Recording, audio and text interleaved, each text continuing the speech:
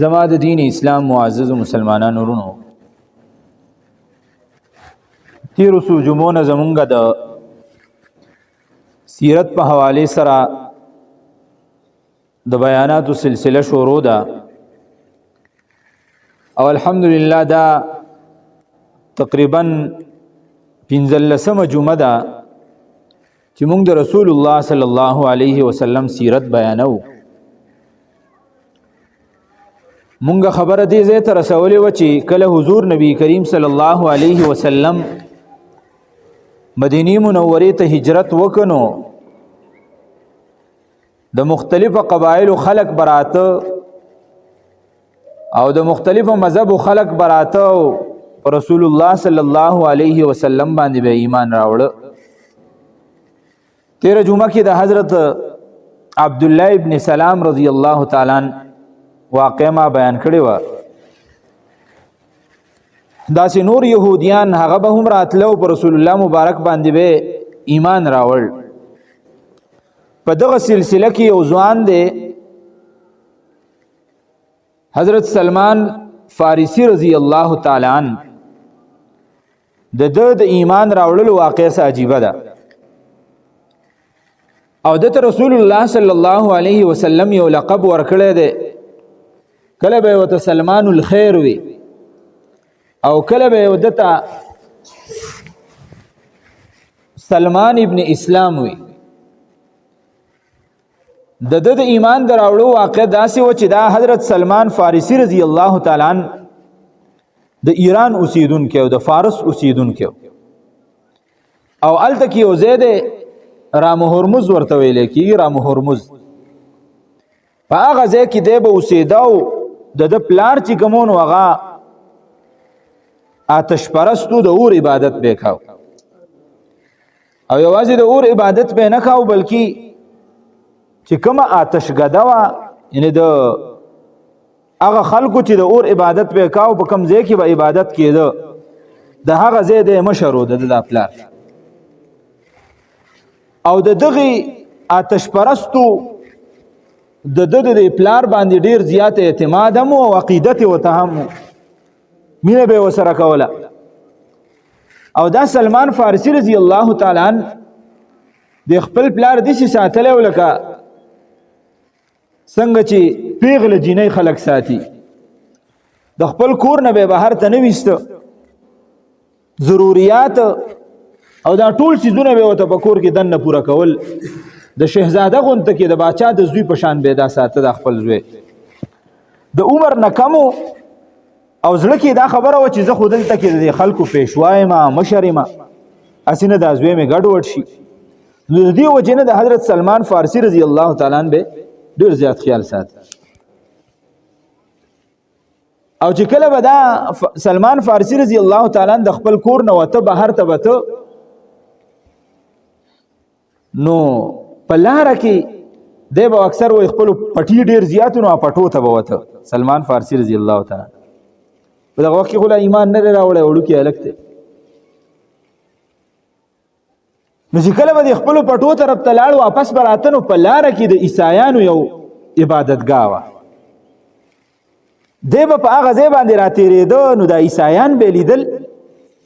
نو دی وایي زما په دې زړه کې براتله چې زه دلته هم ورشم چې دا خلک څه کوي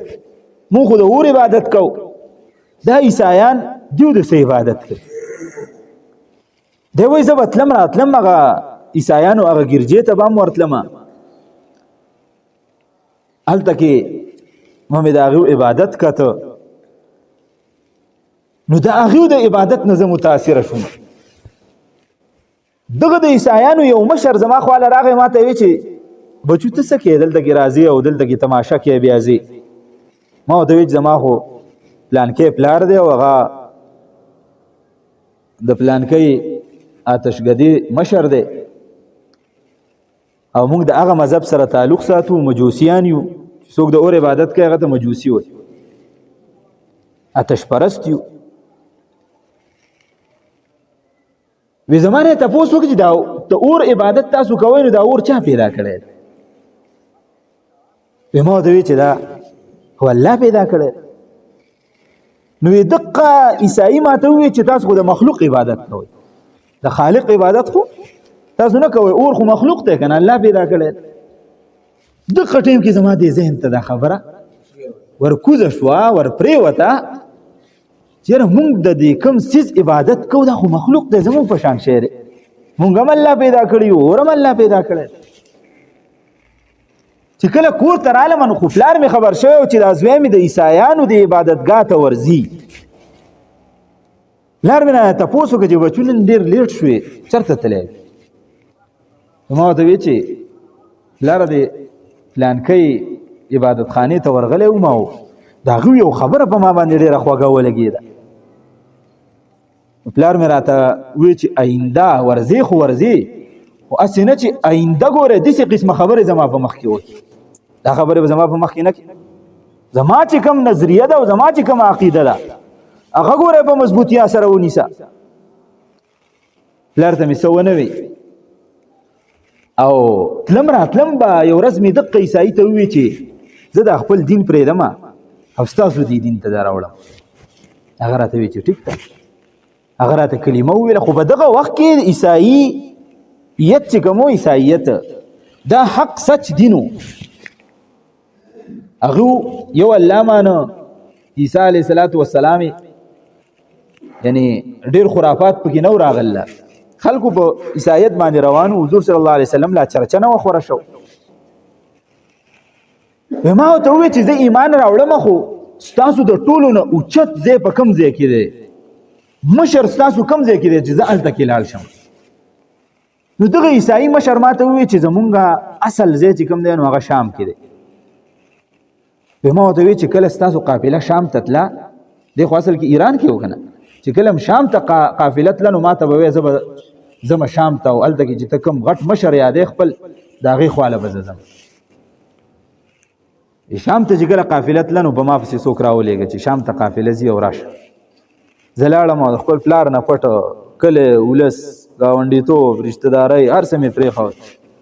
شهزاده ومه شهزاده د هغې باوجود هر څه مې دیکه ورکړه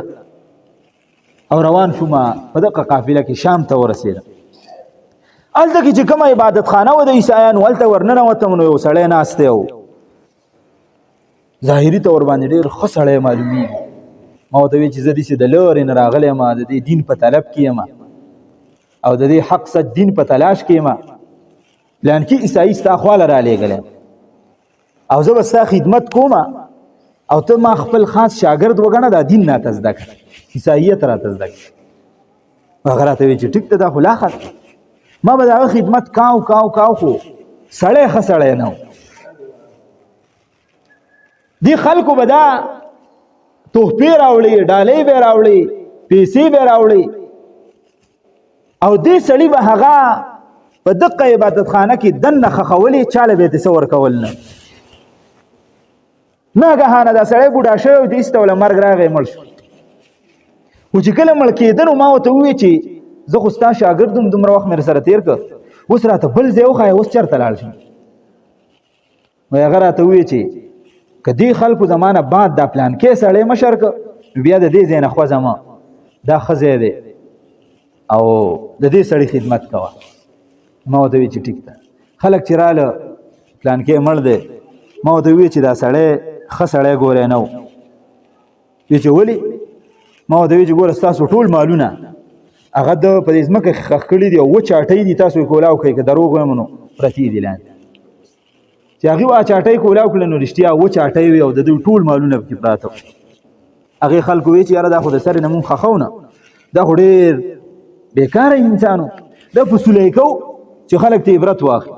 نو د عبادتخانې په سر باندې یو سیخ ورکه او حق یې پکې چې کوم دی نو ځوړن که او هغه به دغسې یو بیا د دغه کس سره ومه هغې دغه کس چې کوم دی مشر ما ته ویلی که دا یې چېرته مشر که نو د ده به خدمت کې د هغه ما خدمت کاو حقه مشر شو هغه له هم مرګ راغی چې کله وله مرګ راته نو ما ورته وویل چې ستا نه بعد د چا خدمت وکړم هغه راته یو لورې ځای وښو چې هلته لاړ شه او هغه یو سړی دی هغه ډېر ښه سړی دی د هغه خدمت کوه دا ټول عیسایان هلته لاړم او خدمت مې کاو ډېر وخت تېر شو د هغه د مرګ ټیم راغی چې د هغه د مرګ ټیم راغی نو د هغه نه مې تپوس وکړه چې صیبه ته خو مرې ته ډېر ښه سړی وې اوس راته لاره وښایه اوس چېرته لاړ شم وایي هغه راته ووایي چې زمونږ په دین کې ډېره خرابي راغله په عیسایت کې په چا پسې ګرځه مه په دې ځای باندې اوسېږه چې کله تا ته پته ولګېده چې د آخري زمانې پیغمبر راغلی دی محمد رسول الله به نومي نو بیا لاړ شه او په هغه باندې ایمان راوړه ما وی چې ټیک ته په هغه ځای کې ومه او خو د دې بوډا نه مې تپوس وکړه چې ما ته به څنګه پته لګي چې د آخري زمانې پیغمبر راغلی دی او زه په هغه باندې ایمان نه وړم هغه ماته ووایي چې د دې به یو څلور نشانې اولنۍ نشانه به دای چې هغه به په یو خړه ځمکه کې پیدا کېږي په یو شړه ځمکه کې به پیدا کېږي شینکۍ منکۍ والته نه دویمه نشاني به دای چې هغه به څه وخت بعد چې کوم دی نو داسې یو ځمکې ته راځي چې هغه به د کجورو او د باغونو چې کوم دی نو ون دغه دا ځمکه وي او درېمه نشاني دا ده چې دغه آخري زمانې والا پیغمبر به صدقه نه خوري او تحفه به خوري څوک له صدقه ورکړي زکات خیرات څه نو دا به نه خوري خو تحفه به خوري که څوک له څه ګفټ میفټ ورکړي نو دا به خوري او څلورمه نشاني دا ده چې د دې د ولو په دې منځ کې به شاته یو د غوښې غوټی او دا د غوښې غوټه به د کوترې د دې انډې په مقدار باندې ما وی چې صحیح شو دی وفات شو ما انتظار کاو بازار ته به وتم وخت به مې تېراو په دې کې مې یو قافلې والا ولید نه چې د چرته نه راغلي وی چې د مکې مکرمې فورا مې ذهن ته خبر راغله چې مکه خو هم هغه خو داسې ځمکه ده چې هغه شړه ده څه پکې نشته دی شینکۍ پکې نشته دی او شګې دي پکې نو د هغو نه مې تپوس وکړ چې په دغه وخت کې په دغه زمانه کې خو ستاسو په کلي کې څه چا د نبوت دعوه نه راکړ وی چې یو ځوان ناوتی دی او د عبدالله زوی دی محمد نوم دی او د پیغمبرۍ دعوه یې کړې ده وی ما وی چې زه به ستاسو سره ځم چې ټیک ده خو زړه ته مې دا راله چې یاره دا یو نشاني خو چې کوم دی نو په رښتیا شوه چې دا شړه ځمکه ده او دا پیغمبر پکې راغلی دی زه به ځمه دغه خوا نو روان شوم د هغې قافلې والا سره روان شوم وی چې مونږ به ورسو مکې چې روان شوم نو په لاره باندې زما سره وایي ګډې بیزې وي ډېر او مال لا سره هم را سره د عیسایي څه پاتې شوی وم د مشر سره نو چې نیمې لارې ته مونږ ورسېدو نو دې کسانو زه په بازار کې خرڅ کړم وی چې دا زمونږ غلام دی او دا مونږ د ځان سره را روان کړی راویستی په بازار کې خرڅ کړم او ګډې بیزې مال هغه هر سره یې نه واغست هلته مې رب ته وجړل چې یاره به زه د څه دپاره راوتی یم او دې خلکو زه خرڅ کړم وخت تېرېده مخکې خو ازاد وم یو طرف ته به تلم تپوس به مې کاو د دین په تلاش کې وم د حق په تلاش کې وم اوس خو پردی نوکر شوم غلام شوم خادم شوم اوس به څه کوم د بل د غریب نه وتی نه شم حتی تر دې پورې چې په دغه زمانه کې ما وخت تېراو په دغه ښار کې ومه لسو کسانو زه په یو بل باندې خرڅ کړم یو په یو بل په بل تر دې حده پورې چې زه په آخره کې د مدینې منورې په یو یهودي باندې یو کس آخري کس خرڅ کړ چې زه ځان سره بوتلم مدینې منورې ته نو ما ته یو باغ وښو چې ته به په دې باغ کې خدمت زه وایي دې باغ ته ورختلی یم یو څو ورځې زما د دې یهودي سره شوي په دې باغ کې یم او یو ونې ته وختم نو په دې باغ چې کوم مالک دی د ده رور راغی سانیولی و او د خپل رور ته یې ووي دا زما مالک چې کوم دی چې تا ته پته ونه لګېده په قبا کې یو سړی راغلی دی نبوت دعوه یې کړ ده او ډېره چرچه ده هلته او خلک ترې راغونډ شوی دی او خلک یې ډېر زیات خیال ساتي وایي دا خبره په ما باندې ولګېده نو ما وی چې دویمه نشاني هم صحیح شوله چې ما ته هغه بابا ویلي چې داسې یو ځای ته به هغه سفر کوي چې په هغې کې به کجورې ډېري او په مدینه منوره کې کجورې ډېري زه فورا ناکوس شوم او دې سړي ته مې وویل چې ته دا خبره بیا وکړه نو دې مالک زه اوسه پیړه وواله مې چې ته غلام یې ستا د دې خبرو څه کار نشته واپس وخېږه زه واپس ونې ته وخته چې کله مازدیګر شو زما د چوټۍ ټیم شو نو ما د خپل مالک ته وویل چې ماله څه کجورې راکړه ماله څه کجورې راکړې او زه لاړم قبا ته حضور نبی کریم صلی الله علیه وسلم تشریف فرما دی صحابه کرامو ته ګیر چاپېره ناست چې څنګه ورننوتم نو دا کجورې مې رسول الله مبارک ته پیش کړې زما نه فورا تپوس وکړه چې دا د تحفه راوړې ده که صدقه ده ما ورته وویل چې صدقه ده وی لاس یې داسې کېښو په خپله یې ونه خوړې او چې څومره صحابه کرام ناست وي چې په یو بل باندې تقسیم ما ذهن ته خبره پرېوته چې درېیمه نشاني هم صحیح شوله چې رسول الله مبارک به د صدقې مال نه خوري او د تحفې مال به خوري هغه ورځ تېره شوله په سباله باندې بیا د مالک نه مې څه کجورې واغستې او رالم ما ورته وی چې جي دا خوراک مې راوړی دی تاسو کجورې دي وی چې صدقه ده که تحفه ده وی ما ورته وی چې جي تحفه ده رسول الله مبارک ته په خپله هم کجورې راواغستې په نورو صحابه کرامو باندې هم تقسیم ما وی چې دا بله نشاني هم صحیح شوله چې رسول الله مبارک به د تحفې مال خوري خو د صدقې مال به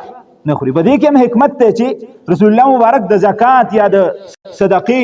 مالونه ولې نه خوري او تحفې مال خوري د هغې وجه ده د هغې وجه دا ده چې ګوره تحفه خلک هغه سړي له ورکوي چې د ځان یې غټ ګڼي تحفه هغه سړي ته خلک ورکوي چې د ځان یې غټ ګڼي رسول الله مبارک خامخا لوی هستی ده نو د تحفې مال به یې خوړه د دې لپاره چې ګوره یاد ساته زه داسې اوچتې درجې والا سړی نه یم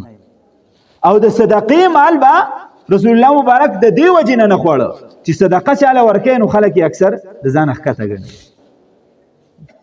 او دویمه وجه دا ده چې صدقه په دې کې مقصود اول د رب رضای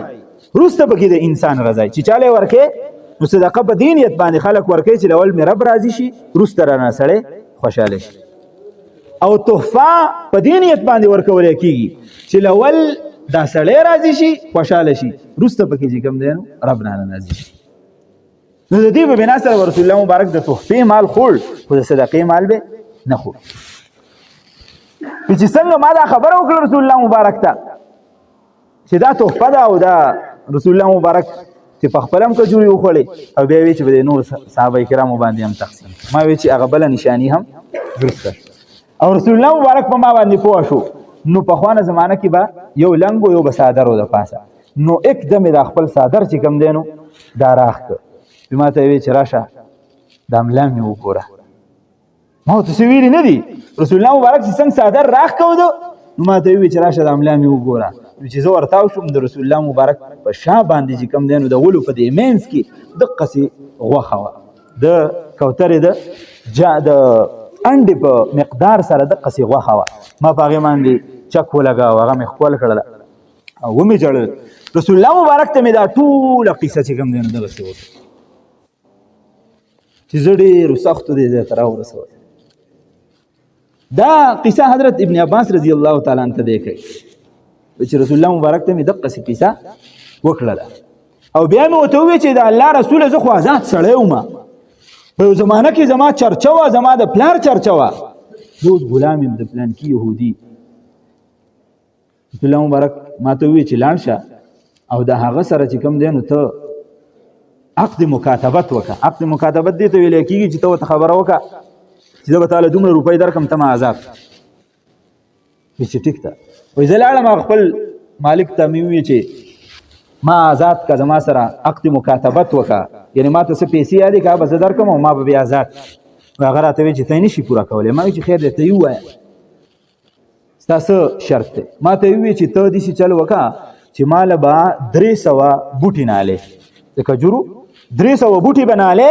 چې کله هغه بوټي کجوري ونیسي د هغې نه بعد به چې کوم دی نو زه ته آزادوم یو شرط ده دویم دا چې ماله به دومره سونه راکې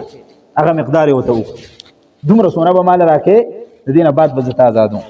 چې کله لاړم رسول الله مبارک ته مې وویل چې د الله رسول خو داسې شرطونه ما ته ووي چې هغه خو نه پوره کېږي ونه به نالې او هغه به بیا دغه نیسي میوه نیسي رسول الله مبارک راته وویل چې به خیر ده هېڅ مسله نه ده ته تاسو وکړه چې دا ونې کوم ځای کې نالي شي په ماته یو ځای وخو چې دلته کې 300 کډې وکړه او په دې ځای کې چې کوم ځای ونې نالي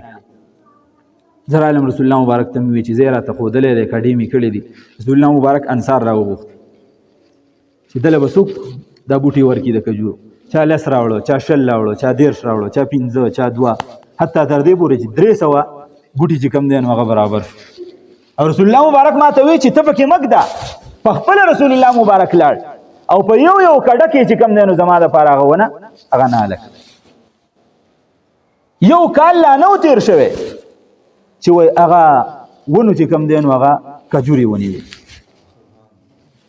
او د رسول الله مبارک خواله یو سړی راغلو دا غسر په تیلې کې څه شی ور سره نو په ما په رسول الله مبارک کسان لګلیو چې یو طرف ته بل طرف ته چې سلمان ته وایي چې دلته کې دراشي چې زرا علما رسول الله مبارک هغه تیلې کولاو کړنو چې کولاو کړنو باغ کې سونا وا هغه سونا رسول الله مبارک مال راکړه چې دا واخله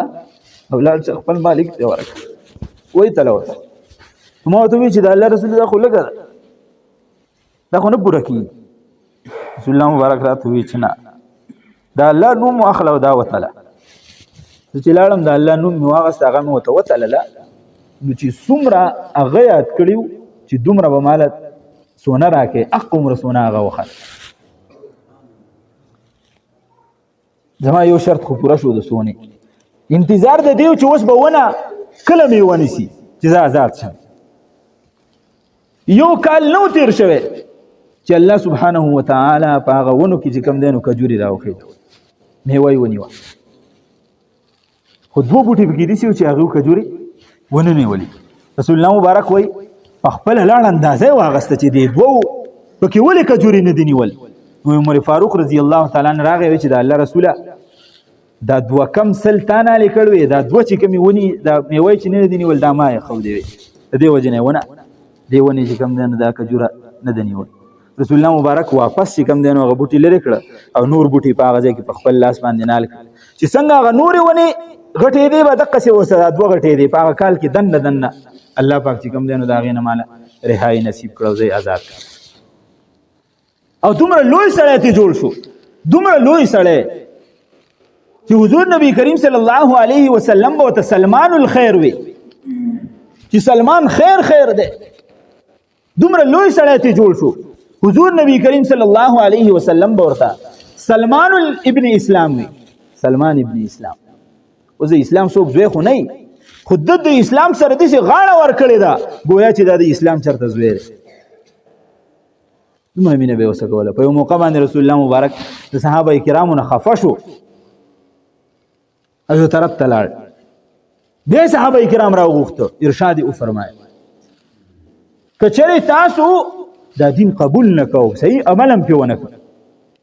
نو د فارس څخه خلک براوچت شي او دا دین به کوم دین استادو نه خز دکی او خبر نور خلکو ته وخی صحابه کرام دې تاسو کې هغه بسو کې د الله رسول حضور نبی کریم صلی الله علیه وسلم فسلمان فارسی رضی الله تعالی عنہ باندې لاس کې خو هغه سلمان یو دغه قوم الله ول دومره لوی عمر ورک چې علماء کرام لیکي د حضرت سلمان فارسی رضی الله تعالی عنہ بعضی علما وی 300 کال عمر یو څومره 300 کال عمر یو بعضی علما وی 200 کال 200 کال عمر یو ډیر روایت دی پکې خو حافظ ابن حجر اسقلانی رحمه الله لیکلی دی وی په دې کې هیڅ شک نشته دی چې د حضرت سلمان فارسی رضی الله تعالی عنہ د 200 نه زیات چې کم دینو کال عمر 200 کالونه زیات عمر دا صحابه کرام د دین د لپاره دي چې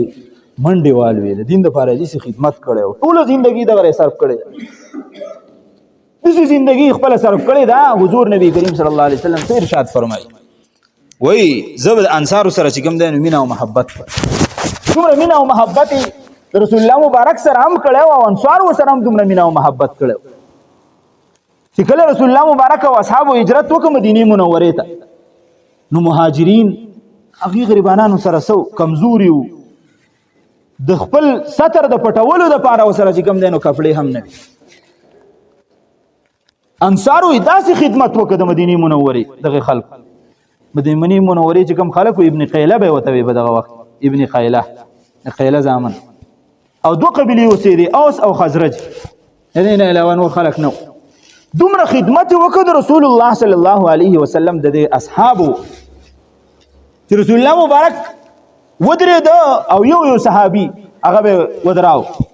دا مهاجر دی زما سره راغلی دی دا به د چا رور شي یو به د هغه ځای نه انصاري پاڅېده د الله رسول زما به رور شي بل به زما به رور شي بل به زما به رور شي او ورته دې حد پورې چې علما کرامو لیکلي دي چې رسول الله مبارک قراندازي شروع کړه خسنه شروع کړه چې په یو مهاجري باندې با مهاجر صحابي باندې با افراد زیات شو د انصارو یو به زما سره بلال شي بل به زما سره بلال شي رسول الله مبارک په خسنه وي اقته به حواله کوي عزت د ځان سبوت د حضرت عبد الله ابن عوف رضی الله تعالی عنہ متعلق راځي عبد الرحمن ابن عوف رضی الله تعالی چې دا د سعد ابن الربيع رور جوړ شو سعد ابن الربيع انصاری صحابي دی عبد الرحمن ابن عوف رضی الله تعالی عنہ دا مهاجری صحابي دی د ضرور جوړ شنو چې کله کور ته بوت نو دې ته وی چروره ته زما دي سرور لکه څنګه چې د مور او د پلار نه زما رور پیدا شي لہذا زستا سره زما مال ام نیم دی زما جیداد ام نیم دی زما ساروی هم نیم دی زما دا کور هم نیم دی او حتی تر دې پورې چې زما سره په کور کې دوه بیبیانې زما دوه ښځې زه به هغه راولم تا ته به ودروم چې ستا پکې کومه یوه خوښه شي حق له به زه طلاق ورکمه او چې عدت یې تیر شي نو ته به ورسره نکاح هغه هم زمونږ په شانتې نه و هغه ورته څه ووي دلوني بارک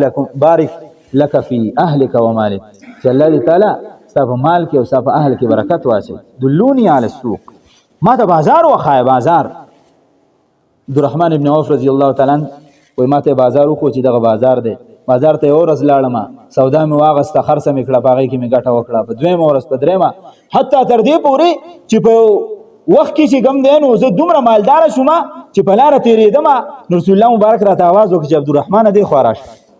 نو چې خواله ولا رالم نو زما نه یې تپوس وکړو چې په تا باندې دا پلق د سره پلق را باندې پروت ما ورته وویل چې د الله رسوله واده مې کړی دی د واده سړي پته لګي که ما ورته وویل چې واده مې کړی دی وایي چې چېرته یې کړی دی ما ورته وویل چې په انصارو کې یو زنانه وه د هغې سره مې واده کړی دی وایي چې څه روټۍ موټۍ د خلکو له ورکړې ده که نه ما ورته وویل چې نه مې ده ورکړې وایي چې اولم ولو بشات عبدالرحمنه ولیمه وکړه ډوډۍ خلکو له ورکړه اگر که یو سیرلی